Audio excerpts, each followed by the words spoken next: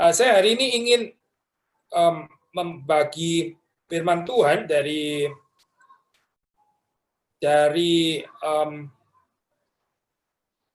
Mazmur pasal yang ke-32 ya. Mazmur pasal yang ke-32, kita membaca bersama-sama. Saya bacakan untuk saudara-saudari sekalian. Dari Daud, nyanyian pengajaran, berbahagialah orang yang diampuni pelanggarannya, dosanya ditutupi. Berbahagialah manusia yang kesalahannya tidak diperhitungkan Tuhan dan yang tidak berjiwa penipu. Selama aku berdiam diri, tulang-tulangku menjadi lesu karena aku mengeluh sepanjang hari. Sebab siang malam tanganmu menekan aku dengan berat, sumsumku menjadi kering seperti oleh teriknya musim panas.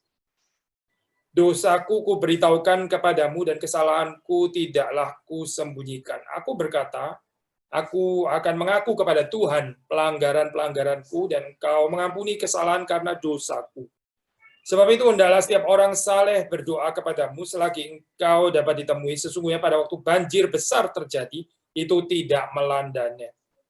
Engkaulah persembunyian bagiku terhadap kesesakan, engkau menjaga aku. Engkau mengelilingi aku sehingga aku luput dan bersorak. Aku hendak mengajar dan menunjukkan kepadamu jalan yang harus kau tempuh. Aku hendak memberi nasihat, mataku tertuju kepadamu. Janganlah seperti kuda atau bagal yang tidak berakal, yang kegarangannya harus dikendalikan dengan tali les dan kekang. Kalau tidak, ia tidak akan mendekati engkau. Banyak kesakitan diderita orang fasik, tetapi orang percaya kepada Tuhan dikelilinginya dengan kasih setia. Bersukacitalah dalam Tuhan dan bersorak-soraklah, hai orang-orang benar. Bersorak-sorailah, hai orang-orang jujur. Mari kita masuk di dalam doa. Tuhan, kami bersyukur, sekali lagi kami memuji Engkau untuk hari peristirahatan, bahkan juga tempat yang khusus yang Tuhan sediakan bagi kami bisa datang beribadah kepada Tuhan, menghampiri Engkau, menikmati hadirat Tuhan. Kami rindu supaya sungguh-sungguh Engkau menyegarkan hati kami, menyegarkan jiwa kami. Ya, ketika kami keluar meninggalkan ruangan ini, kami tahu apa yang harus kami lakukan di hadapan Tuhan. Dan berkati perenungan firman Tuhan pada pagi hari ini, tolong hamba-Mu di dalam segala keterbatasan. Engkau memberikan kalimat yang sungguh berasal dari Tuhan, dan berkati setiap daripada kami yang mendengar, yang merenungkan. Kami menyerahkan juga untuk semua koneksi ini. Kami memohon pertolongan belas kasihan Tuhan tidak terganggu, dan pemberitaan firman Tuhan bisa berjalan dengan baik. Demi Yesus Kristus, kami berdoa, kami mengundang Engkau. Amin.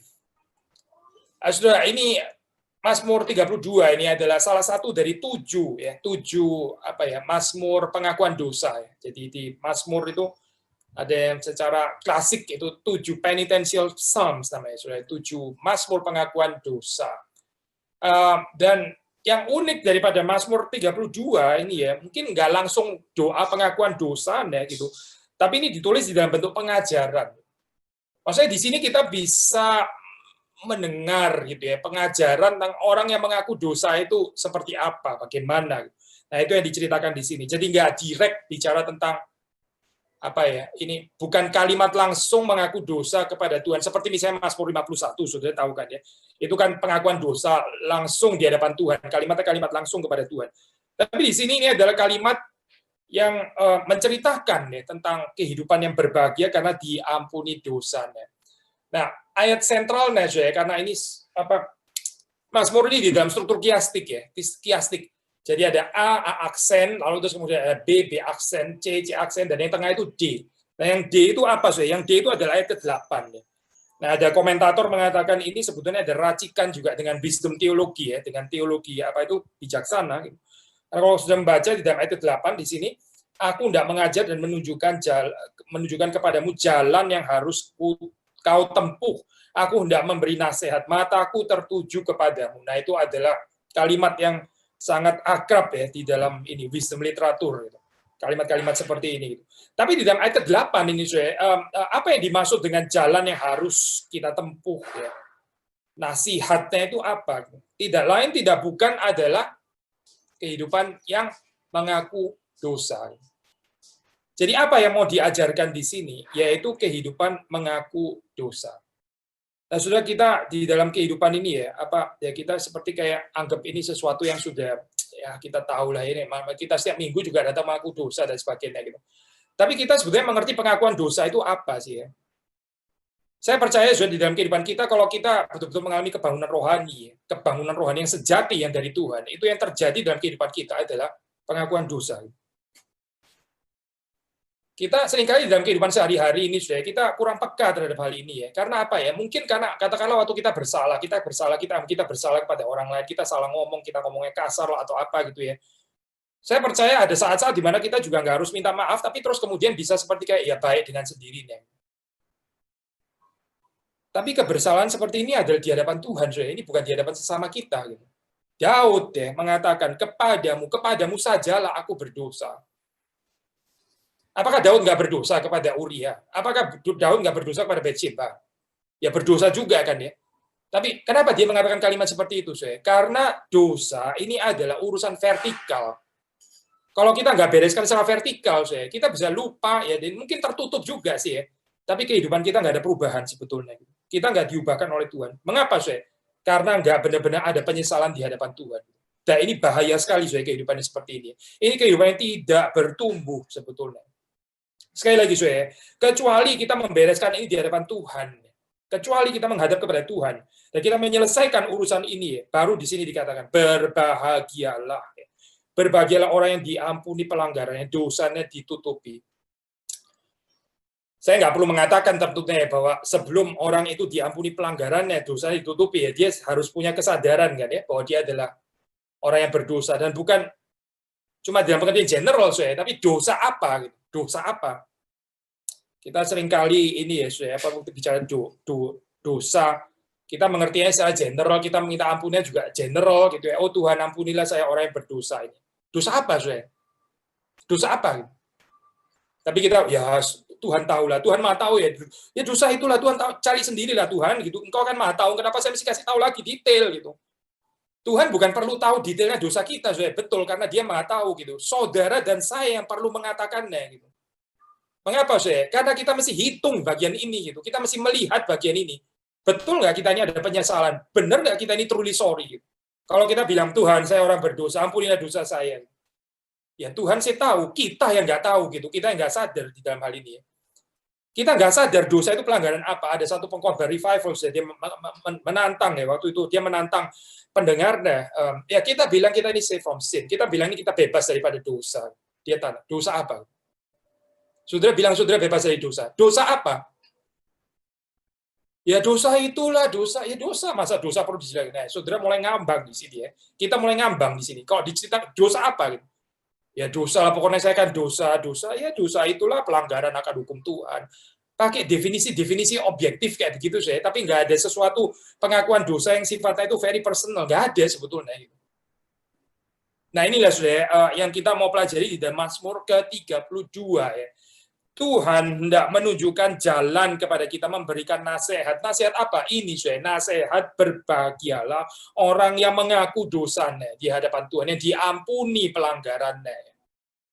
Nah, kita membaca di sini ini kalimat sebutan kalimat bahagia ini ya, dan bukan satu-satunya di dalam pasal ini tentu saja gitu. Tapi kita bisa mengatakan ya bahwa ini menjadi dasar indeed ya daripada semua kalimat bahagia yang lain.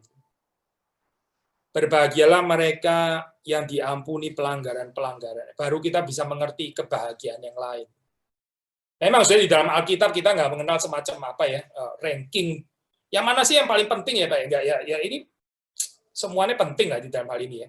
Tapi di sini mau mengatakan bahwa kita nggak bisa memikirkan kalimat-kalimat bahagia yang lain tanpa kalimat bahagia ini. Karena kalimat bahagia ini nih so foundational ya, ini sangat basic ya. Berbahagialah orang yang diampuni dosanya. Saudara jangan anggap enteng ini ya, problem of guilt atau masalah ini ya, perasaan bersalah. Oh, dunia ini paling pintar sudah menyelesaikan itu. Menyediakan distraction, menyediakan pengalih-pengalih ya. Termasuk bahkan yang paling celaka itu agama menyediakan ini, saudara. Mengalihkan perhatian daripada rasa bersalah sehingga saudara dan saya seperti kayak ditutup rasa bersalahnya, tapi tetap nggak berhadapan dengan Tuhan sebetulnya. Berhadapan dengan Tuhan itu menakutkan memang ya, saudara. Karena kita di situ telanjang.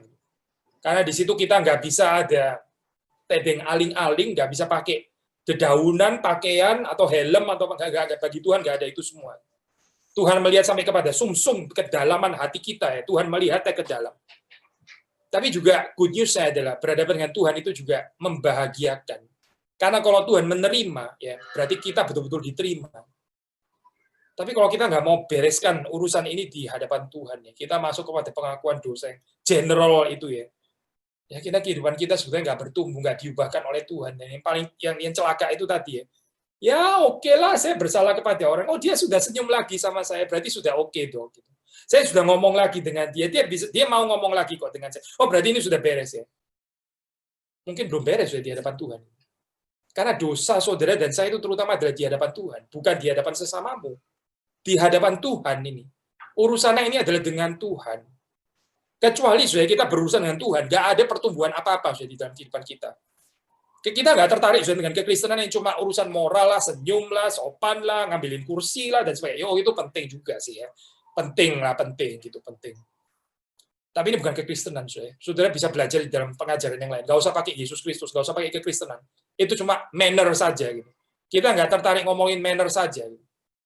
Yang kita tertarik adalah pemulihan hubungan dengan Tuhan. Saudara dengan Tuhan, itu yang kita tertarik. Dan di sini waktu saudara membaca, ya ini apa, berbahagialah orang yang diampuni ya, dosanya. Dan saudara melihat di sini di dalam apa gambaran ini, saudara, itu sekali lagi ini menjadi basis ya daripada kebahagiaan kita yang lain, daripada kalimat-kalimat bahagia yang lain.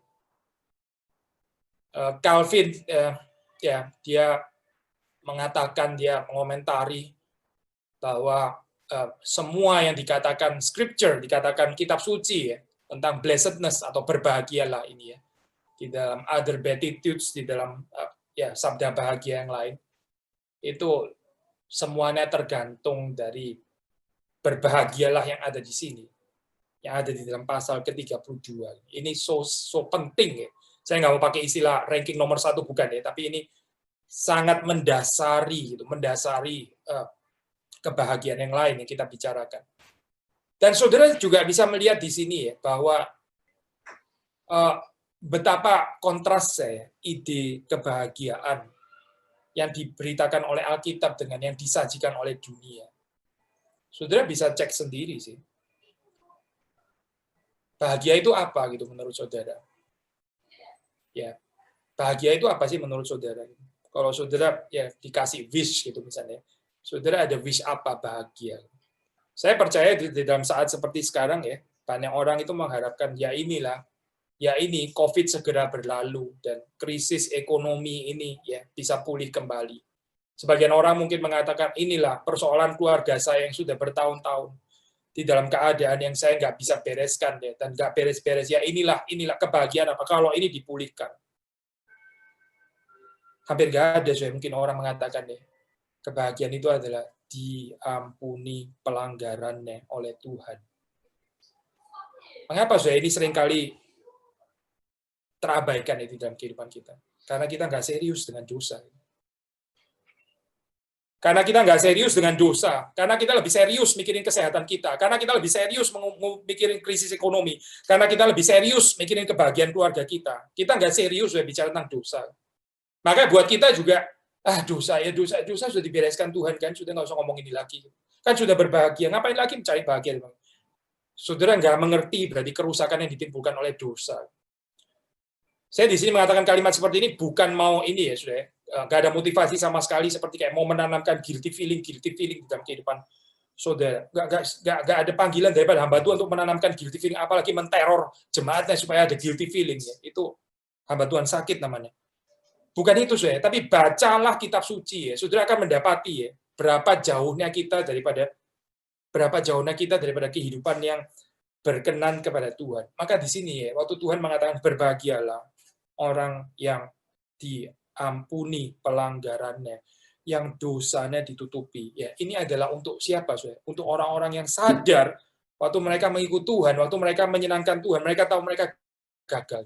Hanya orang-orang yang punya kepekaan seperti ini, yang betul-betul berbahagia waktu dikatakan pelanggarannya itu diampuni. Dia ini fall short, dia ini nggak cukup standarnya, nggak sampai ke sana. Tapi dia berbahagia, mengapa? Karena meskipun dia nggak sampai ke sana, ya meskipun dia itu tidak perfect, tidak sempurna, tapi dia diterima oleh Tuhan, dosanya itu ditutupi. Berbahagia orang-orang seperti itu. Tapi orang yang nggak mengejar ini, nggak mengejar kekudusan, ya nggak peduli dengan dosa dan sebagainya. Ya ini kebahagiaan apa sih ya? Saya juga nggak kenapa-kenapa. Berdosa, ya berdosa, semua dunia berdosa. Siapa yang nggak berdosa dalam dunia ini? Semua manusia ada kelemahannya. Masa saya nggak boleh gitu saya? Ya sudah, ayat ini aja deh, ayat yang kosong, nggak ada artinya, betul. Dan itu hanya menunjukkan hubungan kita dengan Tuhan itu nggak penting sebetulnya. Saudara di dalam kehidupan dikendalikan oleh hal-hal yang lain. Mungkin hubungan saudara dengan anakmu, dengan suamimu, dengan istrimu, dengan apa itu jauh lebih penting daripada hubungan saudara dengan Tuhan. Mungkin saudara mengalihkan perhatian hubungan dengan Tuhan dan mengalihkannya ke sana, lalu saudara menghibur diri, enggak kok, saya dengan suami saya, dengan istri saya baik-baik, kami saling mencintai, saya sangat peduli dengan anak saya, dan anak saya kayaknya juga respect terhadap saya. Gitu. Ya good, kita bersyukur untuk hal itu ya. Tapi hubungan saudara dengan Tuhan bagaimana? Daud di sini menulis hubungannya dia dengan Tuhan, bukan hubungannya terutama dengan Bathsheba, dengan Uria. Ya, dia ada bersalah, betul gitu. Tapi terutama ini adalah hubungan dengan Tuhan. Maka saudara melihat di sini ya, sekali lagi ya, berapa jauhnya gitu konsep happiness, konsep kebahagiaan yang ada di dalam dunia ini ya, dengan kebahagiaan yang dinyatakan oleh Alkitab. Saudara jangan jangan ignore gitu, jangan underestimate underestimate ya. Jangan merendahkan, jangan menyepelekan ini ya, problem of guilt. Saudara bisa membaca di dalam bagian ini ya. Ada dua pilihan. Berdiam diri atau berbicara, memberitahukannya kepada Tuhan. Sekali lagi, ada dua macam pilihan di sini. Berdiam diri atau kita memberitahukannya kepada Tuhan.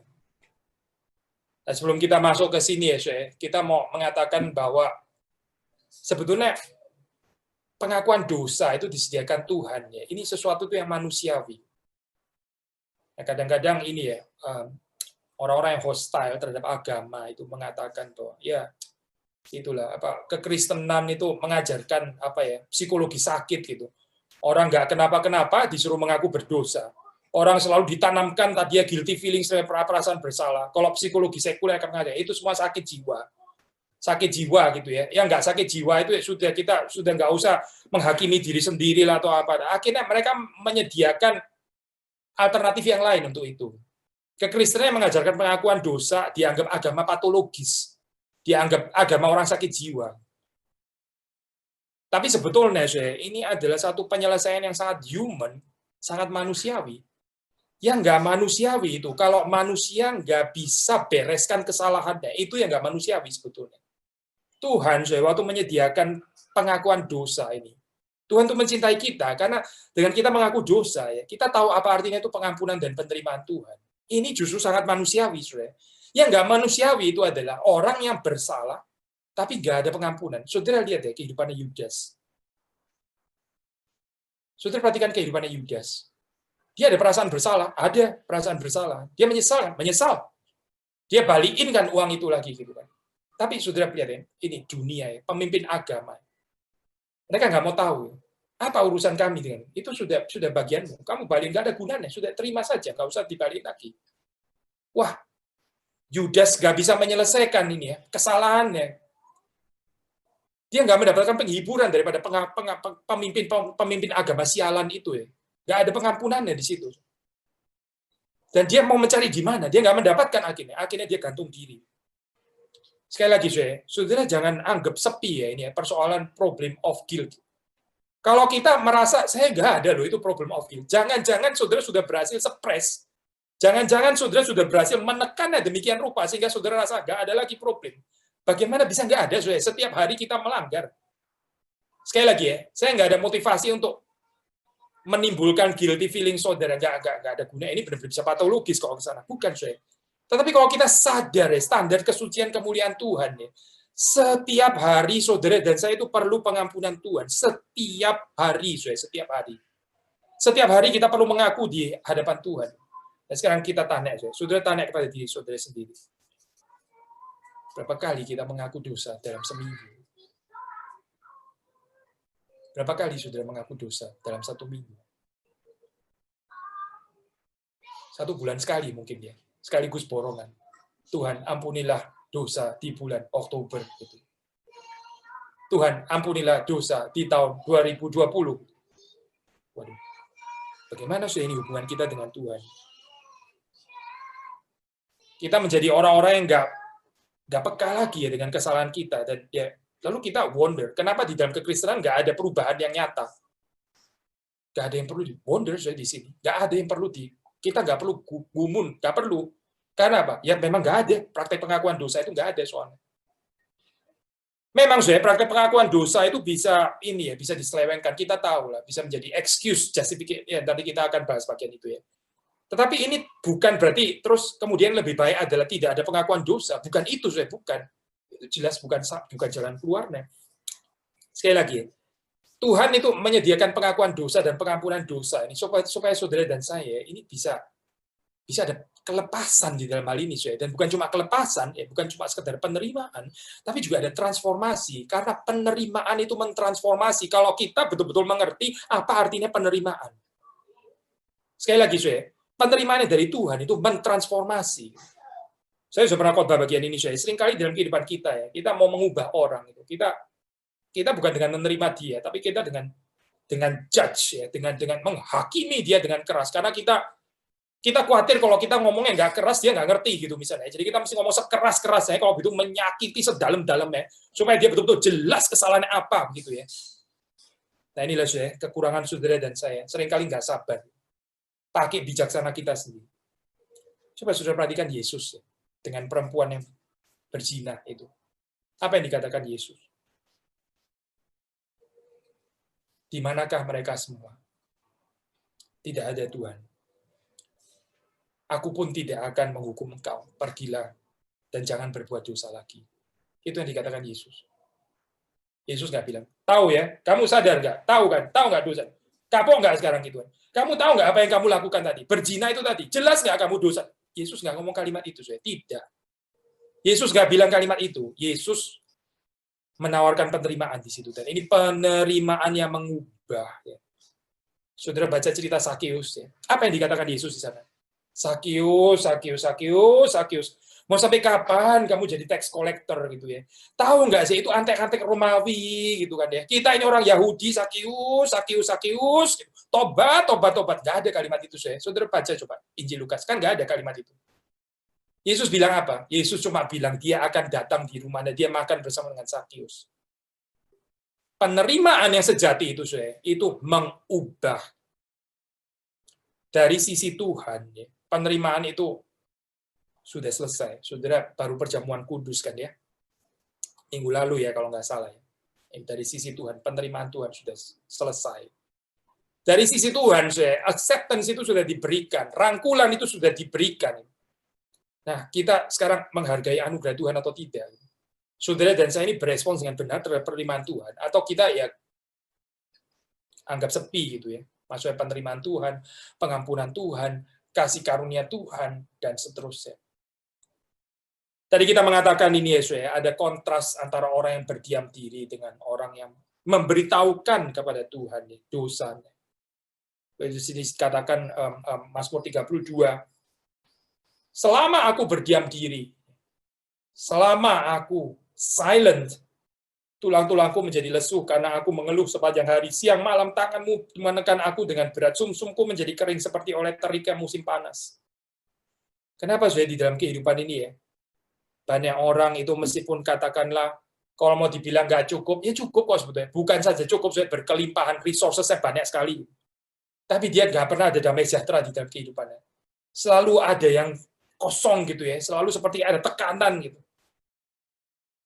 Mazmur 32 saya menjawab dengan sederhana ya. Karena dia berdiam diri. Dia menekan kesalahannya itu. Dia nggak bawa di hadapan Tuhan. Dia diamkan.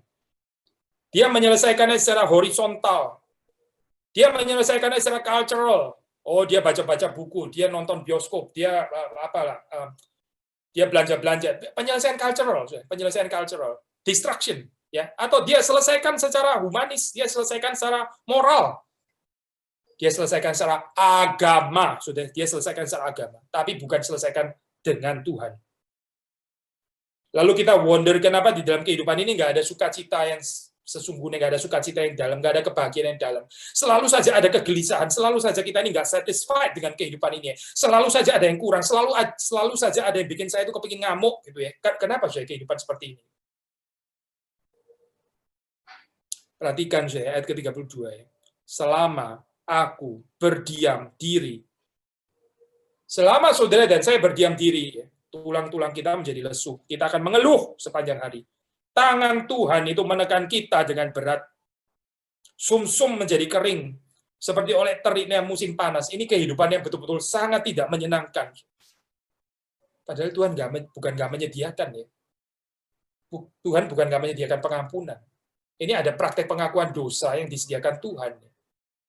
Tapi kita nggak peduli dengan ini. Kita lebih suka ditekan ya, oleh tangan Tuhan. Lalu kita nggak sadar bahwa itu adalah tangan Tuhan yang menekan. Kita marah-marah dengan sekeliling kita yang ngamuk-ngamuk. Nggak pernah puas dengan kehidupan ini. Mengapa saya? Karena ada tangan Tuhan yang menekan, yang kita nggak pernah bereskan. Maka saya sekali lagi ya, di dalam kalimat yang keras ini, ya, ini sebenarnya undangan, ya, supaya kita dibebaskan, supaya betul-betul dibebaskan. Karena Tuhan itu sungguh-sungguh mau mengampuni pelanggaran kita. Nah, tadi kita mengatakan ya ada kontras berdiam diri, silent, atau kita memberitahukan kepada Tuhan. Tidak menyembunyikan kesalahan. Ayat kelima. Aku akan mengaku kepada Tuhan pelanggaran-pelanggaranku, dan Engkau mengampuni kesalahan karena dosaku. Indah ya saudara bagian ini ya. Karena saudara betul-betul mendapatkan penyelesaian daripada problem of guilt.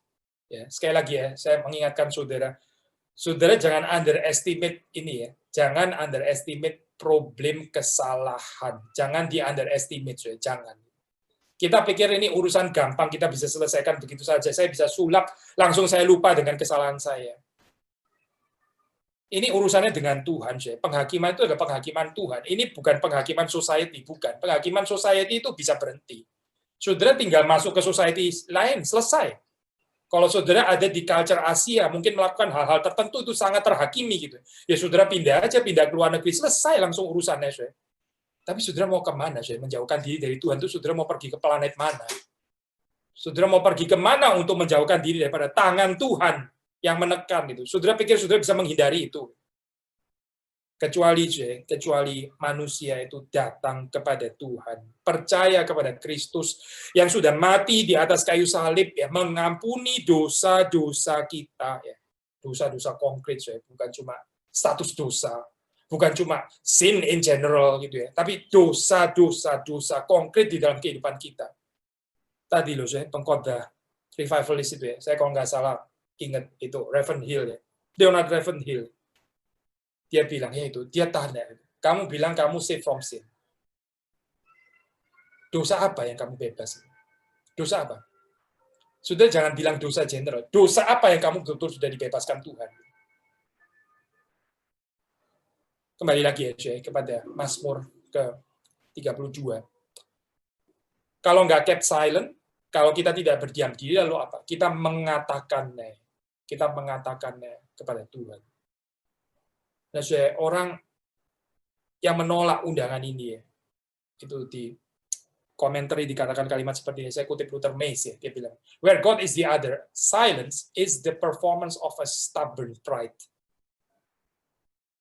Waktu Tuhan itu adalah yang lain bagi kita ya, tapi kita tetap berdiam diri, kita nggak mau berbicara kepada dia. Ya inilah orang yang dikuasai oleh pride yang stubborn ya, kecongkaan yang keras kepala yang nggak mau berubah. Karena apa sih? Ya karena dia nggak mau bereskan di hadapan Tuhan. Perhatikan deh kejatuhan Adam, saudara. Nggak ada pengakuan dosa di sana. Yang ada adalah selalu menyalahkan orang lain. Jadi suami menyalahkan istrinya, istri nggak bisa salahin balik suaminya. Dia salahin lagi yang lain, salahin ular, lemparan kesalahan. Nggak ada penyesalan, saya. Tidak ada di sana. Nggak ada pengakuan dosa, nggak ada. Yang ada adalah Adam, ya, menyembunyikan diri dari hadirat Tuhan. Menyembunyikan diri dari hadirat Tuhan. Adam ketakutan. Dan dia menyelesaikan sendiri dengan pakai dedaunan dan sebagainya. Itulah Pendeta Stephen Tong menafsir bagian ini. Yaitu kebudayaan manusia. Seperti dedaunan itu ya. Kebudayaan dipakai oleh manusia untuk menutupi problem of guilt yang nggak bisa dibereskan, yang nggak mungkin bisa dibereskan. Dia bersembunyi dari hadirat Allah. Tangan Tuhan itu menekan dia. Silence itu berdiam diri. Ya, ini sebetulnya adalah penolakan terhadap anugerah. Kalau saudara dan saya, kita berdosa, kita bersalah, tapi kita silence di hadapan Tuhan. Ini adalah kita orang-orang yang menolak kasih karunia. Apalagi yang kita bisa belajar daripada Mazmur 32. Ya, tadi kita sudah mengatakan bahwa ini confession of sin, ini urusannya itu adalah vertikal ya dengan Tuhan. Ini perkataan yang harusnya saya keluarkan itu di hadapan Tuhan terutama. Ini antara saya dan Tuhan. Sebelum, ya saya memang juga pasti bersalah kepada manusia yang lain. Tapi saudara tahu kan di dalam kehidupan ini, kita nggak selalu bisa bereskan dengan orang lain. Ada orang yang kita tahu kita salah, kita mau minta maaf, orangnya sudah meninggal. Ya, kita bisa ada peristiwa-peristiwa seperti ini ya, anak yang merasa bersalah, ya kurang menyediakan waktu untuk orang tuanya meninggal, dia ada perasaan bersalah. Bagaimana mau minta maaf orangnya sudah mati. Ada orang yang kepadanya kita bersalah, kita cuma ketemu dia sekali seumur hidup, setelah itu nggak pernah ketemu lagi. Lalu saudara mau cari di mana? Kalau kita nggak bisa bereskan banyak hal dengan manusia itu kita nggak bisa bereskan, tapi dengan Tuhan, saudara dan saya bisa membereskan. Kalau kita nggak bisa bereskan dengan manusia, ya kita bereskan dengan Tuhan terutama. Karena ini persoalan terutama adalah dengan Tuhan. Nah, saudara melihat di sini, Mazmur 32 ya, ada apa ya? Ini pengakuan dosa, betul ya. Tapi juga saudara melihat di sini ada kriteria ya. Yaitu apa saya? Mengaku dosa dengan jujur. Saya baca ayat kedua ya. Berbahagialah manusia yang kesalahannya tidak diperhitungkan Tuhan dan yang tidak berjiwa penipu. Kemudian di dalam ayat yang terakhir, bersukacitalah dalam Tuhan dan bersorak-soraklah. Hai orang-orang benar, bersorak-sorailah. Hai orang-orang jujur. Apa maksudnya saya? Maksudnya pengakuan dosa itu bisa dilakukan dengan tidak jujur. Maksudnya pengakuan dosa itu bisa basa-basi, saudara. Maksudnya pengakuan dosa itu ternyata bisa dilakukan sebagai satu rutinitas omong kosong, ya, yang cuma memberikan kepada kita license untuk berdosa lagi dan berdosa lagi. Pak Tong mengingatkan di dalam hal ini ya, Pendeta Stephen Tong mengingatkan. Jangan karena kita ada ini ya, apa itu pengakuan dosa di dalam liturgi kita, terus kemudian Tuhan untuk kesekian kalinya kami berdosa lagi kepadamu. Gitu. Seperti kayak enteng sekali ya, saudara. Nggak mengaku dosa sih pride ya. Tapi mengaku dosa model seperti ini ya, seperti kayak license to sin gitu. Dan saudara seperti kayak easy going bener gitu ya. Ya kan Tuhan sudah mati dan darahnya selalu cukup untuk kita, itu sudah borderline blasphemy ya. Kita nggak rasa ini sebagai sesuatu yang mahal ya, kita gampangkan hal ini, nggak betul-betul ada penyesalan mengaku dosa. Mungkin mengaku dosa, orang yang betul-betul mengaku dosa ada pertobatan di dalam kehidupannya. Sekali lagi orang yang sungguh-sungguh mengaku dosa dengan jujur ada transformasi di dalam kehidupannya. Kalau nggak ada transformasi, balik lagi tetap saja gitu. Aku masih seperti yang dulu. Ya, saudara boleh saja mengaku dosa setelah beberapa kali, tapi masih juga seperti yang dulu. Nggak ada perubahan. Di dalam kehidupan nggak ada perubahan. Lalu, saudara bilang, ya tapi saya mengaku dosa loh. Kita tanya, ini mengaku dosa seperti apa? Gitu. Alkitab dengan jelas memberikan kriteria ini. Mengaku dosa dengan jujur. You are truly sorry. Saudara betul-betul menyesal di situ ya. Kita nggak mau lagi melakukan itu. Kita menyakiti Tuhan. Kita nggak mau mengulang itu lagi. Tapi kalau kita datang minta ampun kepada Tuhan, saudara masih nggak sadar. Balik lagi ke situ lagi, ke situ lagi. Lalu itu pengakuan dosa apa, saudara? Ini pengakuan dosa macam apa seperti ini? Cheap grace ya, saudara, kita tahu ya bahaya daripada cheap grace. Gambaran pengakuan dosa yang rutin ya, yang nggak ada konsekuensinya ya, yang shallow, yang dangkal, yang nggak ada keseriusan ya, dan juga nggak menginginkan pengudusan yang dari Tuhan, itu saya yang terutama. Tidak menginginkan pengudusan yang dari Tuhan, cuma mau diampuni saja. Oh, saya salah, tolong maafkan saya, tolong terima saya, peluklah saya. Tapi dia nggak tertarik dengan pengudusan, tidak tertarik dengan pengudusan. Jadi ini apa, saya? Ini bukan pengakuan dosa yang dimaksud di sini, saya bukan. Maka sudah membaca ya, Mazmur 32 ini truly a lesson, saya betul-betul a lesson untuk kita ya. Karena dalam Alkitab itu nggak pernah mengajarkan pengakuan dosa yang murahan, itu nggak ada. Karena anugerah Tuhan itu juga bukan murahan. Free, gratis, betul, tapi nggak pernah cheap, nggak pernah murah, ya, apalagi murahan, tidak. So. Maka saudara melihat di sini ya, apa mengaku dosa dengan jujur. Pengakuan dosa itu bukan sesuatu yang kita gampang kok ini kekristenan itu gampang kok, dapat karunia Tuhan itu gampang kok, tinggal beriman saja. Agustinus mengatakan kalimat ini, saya kutip ya. Do not claim the right to the kingdom on the grounds of your own justice, your own righteousness. Jangan mengklaim hakmu terhadap kerajaan Allah itu ya, berdasarkan kebenaranmu sendiri. Jangan.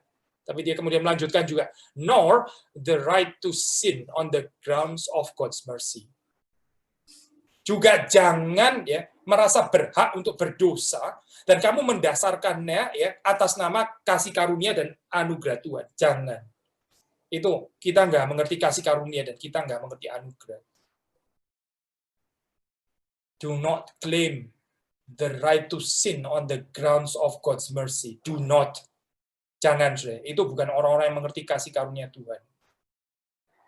Jadi, saudara melihat di sini ya, ini pengakuan dosa. Itu menyadari bahwa kita ini fall short of the glory of God. Kita ini gagal untuk mengasihi Tuhan. Saya sudah sering mengatakan ini ya, mungkin bukan di Harapan Indah, saya sering mengatakan ini kepada jemaat di Kelapa Gading. Saudara, kita kalau hanya berhenti ya di dalam kekristenan itu, saya dikasihi. Saudara belum mengerti itu natur kasih itu apa. Saudara dikasihi ya, despite sekalipun saudara itu gagal mengasihi Tuhan. Ini saudara, undangan mengasihi Tuhan.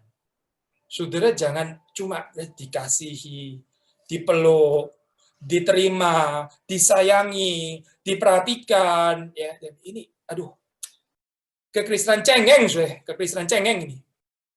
Kekristenan nggak bertumbuh, kekristenan kanak-kanak. Karena apa, saudara? Karena impoten untuk mengasihi Tuhan. Maaf, saya pakai istilah kasar ini, saudara. Istilah keras ya.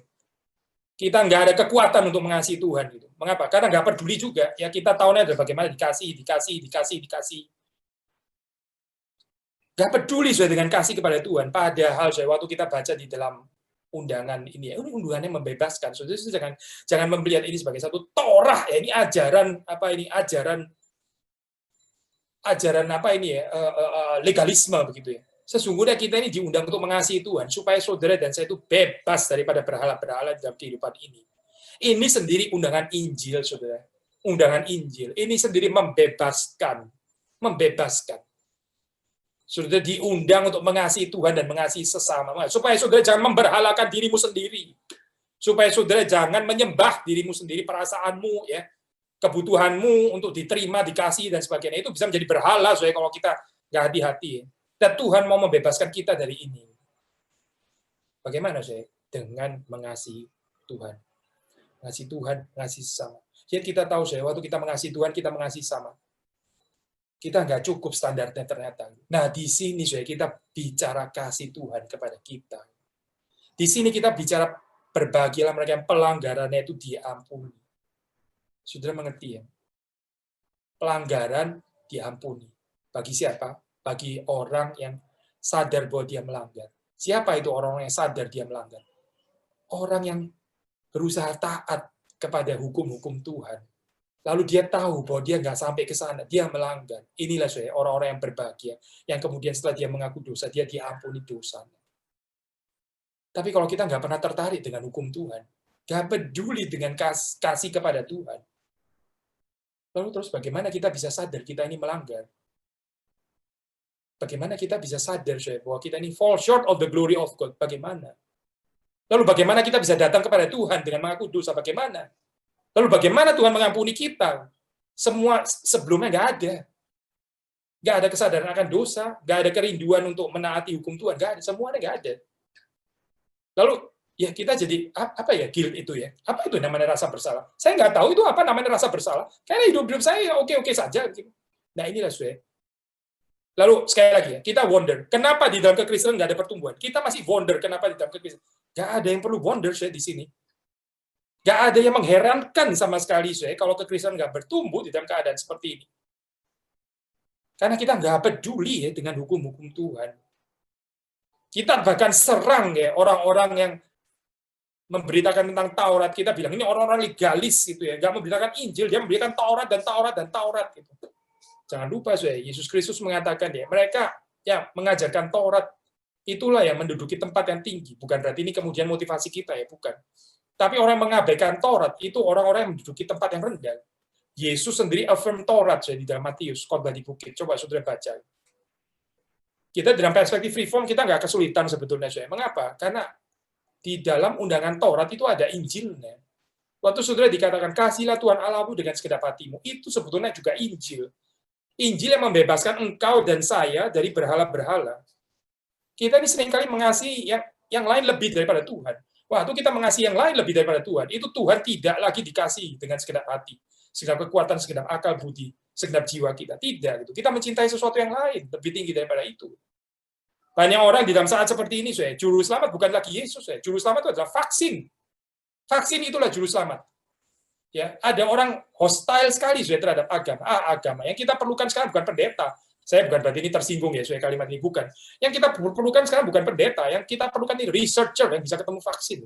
Pendeta sudah berhenti saja ngomong, nggak terlalu menghibur juga. Yang menghibur kita itu vaksin sekarang. Mana vaksinnya gitu? Mana ini hasil research? Itu yang kita perlu. Itu yang betul-betul direct akan menyelamatkan manusia. Oh pendeta lah ngomong cerewet dan sebagainya, ngomong kalau ngidur ini dan itu dan sebagainya. Nggak terlalu menolong. Yang kita perlu adalah penemuan medis sekarang. Saudara perhatikan ya, Yesus pun juga digeser. Yesus digeser. Sekarang juru selamat itu adalah bukan lagi Yesus. Tapi dengan keadaan seperti ini ya, kita disingkapkan. Yang sungguh-sungguh kita cintai dalam hidup ini apa sih? Atau siapa? Siapa yang saudara paling cintai dalam hidup ini? Tuhan atau sesuatu yang lain?